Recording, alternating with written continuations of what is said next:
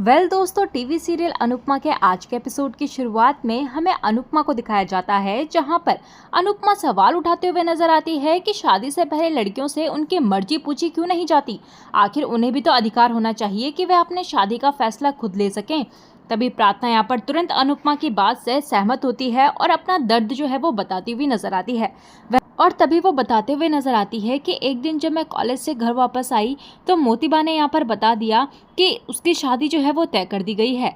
और प्रार्थना यहाँ पर बताती हुई नजर आती है कि उसकी इच्छा थी कि वह पहले एमबीए पूरा करे और प्राग को सपोर्ट करे, पर ना ही उसे करियर चॉइस करने दिया गया और ना ही उसे शादी के बारे में पूछा गया। तभी अनुपमा भी यहाँ पर कहते हुए नजर आती है कि जब हम रेस्टोरेंट में खाना खाने के लिए जाते हैं तो सबसे पहले हम मिलजुल कर वहाँ पर घंटों चर्चा करते हुए नजर आते हैं कि हमें क्या खाना है, तो शादी का फैसला भी बिना सबसे बात किए कैसे कर सकते हैं। तभी मोतीबा यहाँ पर पूछती हुई नजर आती है कि आप कहना क्या चाहती हैं।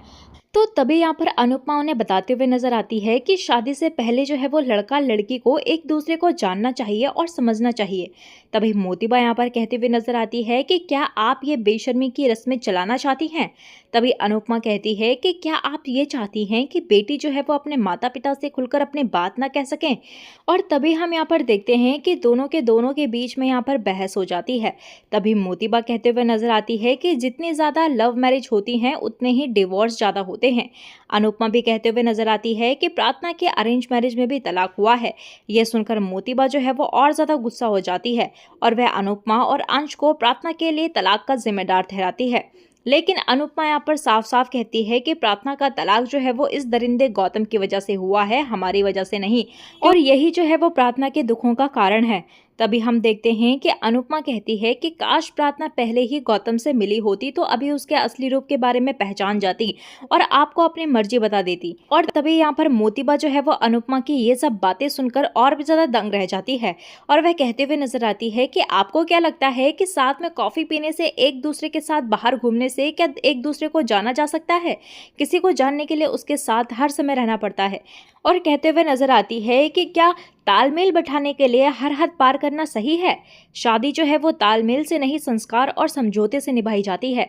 तभी अनुपमा भी कहते हुए नजर आती है कि समझौता भी दोनों तरफ से होना चाहिए।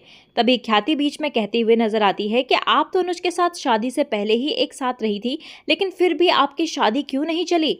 आपकी अरेंज मैरिज और लव मैरिज दोनों ही नहीं चली, आप तो अनुज के साथ भी शादी नहीं निभा पाई। और तभी वो प्रार्थना से भी कहते हुए नजर आती है कि तुमने काउंसलिंग भी ऐसी औरत से ली है जो खुद के रिश्ते नहीं निभा पाई। और तभी हम प्रेम को देखते हैं जहां पर उसे बुरा लग रहा होता है अनुपमा के लिए ऐसी बातें सुनकर, और वो ख्याति को रोकने की कोशिश करता है, लेकिन ख्याति उसे ही चुप करवा देती है। और तभी यहाँ पर अनुपमा कहते हुए नजर आती है कि वनराज से मेरा रिश्ता क्यों टूटा ये मैं जानती हूँ, और अनुज से मेरा रिश्ता टूट कर भी आज तक क्यों जुड़ा हुआ है ये सिर्फ मैं जानती हूँ। लेकिन फिर भी अगर आपको मेरी कहानी जाननी है तो मैं कभी आराम से आपको बताऊंगी, लेकिन अभी मेरे घर में जो है वो अंश की शादी है तो मेरे पास टाइम नहीं है।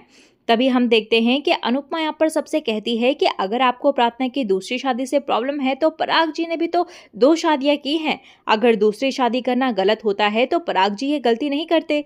तभी गौतम यहाँ पर कहते हुए नजर आता है कि इस बात की क्या गारंटी है कि प्रार्थना दूसरी शादी में खुश रहेगी?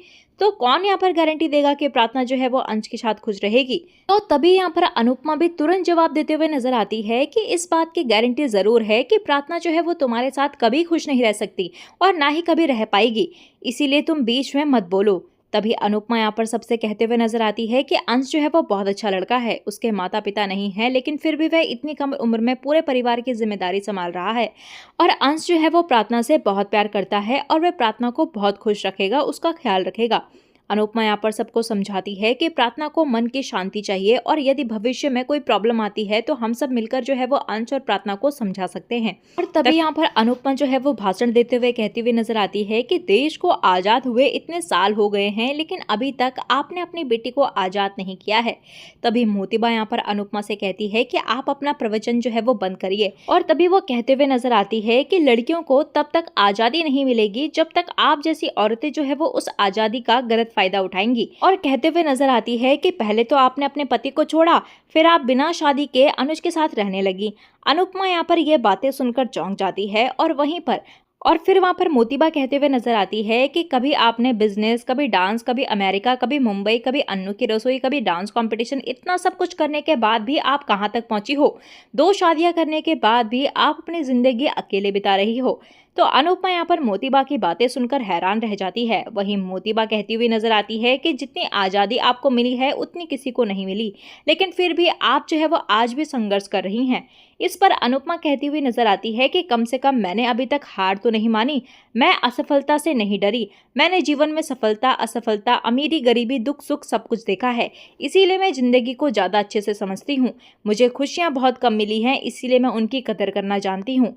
इसके बाद यहाँ पर अनुपमा कहते हुए नजर आती है कि मैं यहाँ प्रवचन देने नहीं आई हूँ, मैं यहाँ आप सबको शादी का न्योता देने के लिए आई थी। कल मेरे बच्चों की शादी है, आप लोग आएंगे तो इन्हें बहुत ज़्यादा खुशी होगी। तभी प्रार्थना यहाँ पर रिक्वेस्ट करते हुए नजर आती है कि अपनी बेटी की शादी में जरूर आना। और अनुपमा भी कहते हुए नजर आती है कि हमें जो है वो आप सबका इंतजार रहेगा, क्योंकि आपके बिना प्रार्थना की खुशी जो है वो अधूरी है। कम से कम लोगों को दिखाने के लिए ही आ जाना। और कहते हुए नजर आती है कि अगर आप जो है वो खुशी खुशी बेटी को विदा करेंगे तो बेटी को भी अच्छा लगेगा और भगवान को भी अच्छा लगेगा। पराग यहाँ पर मन ही मन इमोशनल होता है। और वहीं दूसरी तरफ लीला कहती हुई नजर आती है कि अनुपमा को प्रार्थना के साथ नहीं जाना चाहिए था, क्योंकि कोठारी परिवार जो है वो पहले ही उन पर गुस्सा है। कोठारी परिवार के आने से या ना आने से शादी रुकने वाली नहीं है। पाखी भी यहाँ पर लीला से सहमति जताती है और कहती है कि मम्मी को हर जगह महान बनना होता है और अपनी टांग अड़ानी होती है। वह रोजाना नया बखेड़ा खड़ा कर देती है। तभी जसप्रीत आकर कहती है कि ये टैलेंट तो तुम्हारा है, बखेड़ा तो तुम शुरू करती हो और बेचारी अन्नू से समेटने में लगी रहती है। पाखी भी यहाँ पर जसप्रीत से कहती है कि तुम्हारी ये गलतफहमी है, उस दिन दूर होगी जब मम्मी तुम्हारी बैंड बजाएगी। और तभी हम देखते हैं कि यहाँ पर जसप्रीत और पाखी में बहस हो जाती है और तभी लीला उन्हें चुप कराती है और कहती है कि ये शादी वाला घर है, यहाँ झगड़ा करते हुए तुम्हें शर्म नहीं आ रही? अनुपमा भी यहाँ पर भूल गई है कि शादी की तैयारियां करनी है। वहीं दूसरी तरफ रास्ते में प्रार्थना जो है वो अनुपमा से पूछते हुए नजर आती है कि क्या आपको लगता है कि मम्मी पापा शादी में आएंगे? तभी अनुपमा कहती है कि मुझे पूरा विश्वास है कि वे जरूर आएंगे। प्रार्थना भी यहाँ पर पूछती है कि आपको इतना विश्वास क्यों है? तभी अनुपमा कहती है कि मैं भी माँ हूँ और मैं माता पिता की भावनाओं को अच्छे से समझती हूँ। हमने अपना काम कर दिया है, बाकी हम भगवान पर छोड़ देते हैं। तभी अनुपमा यहाँ पर बीच में ऑटो रोकती है और खुद उतरकर प्रार्थना को भेज देती है। अनुपमा यहाँ पर अन्नू की रसोई में आती है और उसे उस दिन की याद आती है जब अन्नू की रसोई में आग लगी थी। तभी अनुपमा यहाँ पर रसोई को देखकर इमोशनल हो जाती है और अनुपमा को अन्नू की रसोई की पुरानी खूबसूरत यादें याद आती हैं। तो इसी के साथ दोस्तों आज का ये एपिसोड यहीं पर खत्म हो जाता है।